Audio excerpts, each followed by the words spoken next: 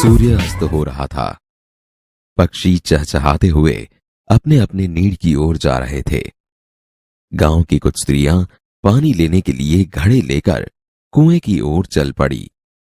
पानी भरकर कुछ स्त्रियां तो अपने घरों को लौट गई, परंतु उनमें से 4 कुएं की पक्की जगत पर बैठकर आपस में इधर उधर की बातें करने लगी। बातचीत करते करते बात बेटों पर जा पहुंची। उनमें से एक की उम्र सबसे बड़ी लग रही थी। भगवान सबको मेरे बेटे जैसा बेटा दे। मेरा बेटा लाखों में एक है। उसका कंठ बहुत मधुर है। वह बहुत अच्छा गाता है। उसके गीत को सुनकर कोयल और मैना भी चुप हो जाती हैं। लोग बड़े चाव से उसका गीत सुनते हैं। उसकी बात सुनकर दूसरी स्त्री का मन हुआ कि वह भी अपने बेटे की प्रशंसा करे। मेरे बेटे की बराबरी कोई नहीं कर सकता। वह बहुत ही शक्तिशाली और बहादुर है। वह बड़े बड़े बहादुरों को भी पछाड़ देता है। वह आधुनिक युग का भीम है। यह सब सुनकर तीसरी औरत भला कैसे चुप रहती। मेरा बेटा साक्षात बृहस्पति का अवतार है। वह जो कुछ पढ़ता है एकदम याद कर लेता है। ऐसा लगता है मानो उसके कंठ में सरस्वती का निवास हो। तीनों औरतों की बातें सुनकर चौथी स्त्री चुपचाप बैठी रही। उसने अपने बेटे के बारे में कुछ न कहा। पहली ने उसे टोका। क्यों बहन, तुम क्यों चुप हो? तुम भी तो अपने बेटे के बारे में कुछ बताओ। मैं अपने बेटे की क्या प्रशंसा करूं? वह न तो गंधर्व सा गायक है, न भीम सा बलवान, और न ही बृहस्पति सा बुद्धिमान। कुछ समय बाद जब वे सब घड़े सिर पर रखकर लौटने लगी, तभी किसी गीत का मधुर स्वर सुनाई पड़ा। सुनकर पहली स्त्री बोली, सुनो, मेरा हीरा गा रहा है।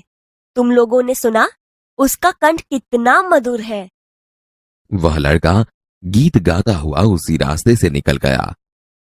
उसने अपनी मां की ओर कोई ध्यान नहीं दिया। इतने में दूसरी स्त्री का बेटा उधर से आता दिखाई दिया। दूसरी स्त्री उसे देखकर गर्व से बोली, देखो, वह मेरा लाडला बेटा आ रहा है। शक्ति और सामर्थ्य में इसकी बराबरी कौन कर सकता है? वह यह कह रही थी कि उसका बेटा भी उसकी ओर ध्यान दिए बिना ही निकल गया। वे कुछ आगे बढ़ी तो एकाएक तीसरी स्त्री का बेटा उधर से संस्कृत के श्लोकों का पाठ करता हुआ निकला। उसके उच्चारण से ऐसा लग रहा था मानो उसके कंठ में साक्षात सरस्वती विराजमान हो। देखो, यही है मेरी गोद का हीरा।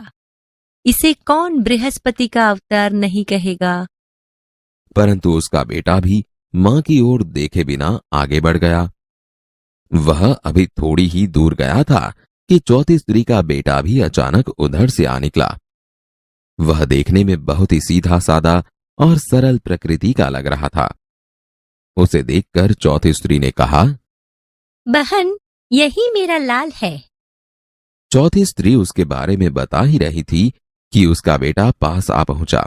अपनी मां को देखकर वह रुक गया और बोला, मां, लाओ मैं तुम्हारा घड़ा पहुंचा दूं। मना करने पर भी उसने मां के सिर से पानी भरा घड़ा उतारकर अपने सिर पर रखा और घर की ओर चल पड़ा। तीनों औरतें बड़े ही आश्चर्य से चौथी स्त्री के बेटे को देखती रहीं। एक वृद्ध महिला जो बहुत देर से इन औरतों के पीछे चलती हुई इनकी बातें सुन रही थी, पास आकर बोली, देखती क्या हो, यही सच्चा हीरा है।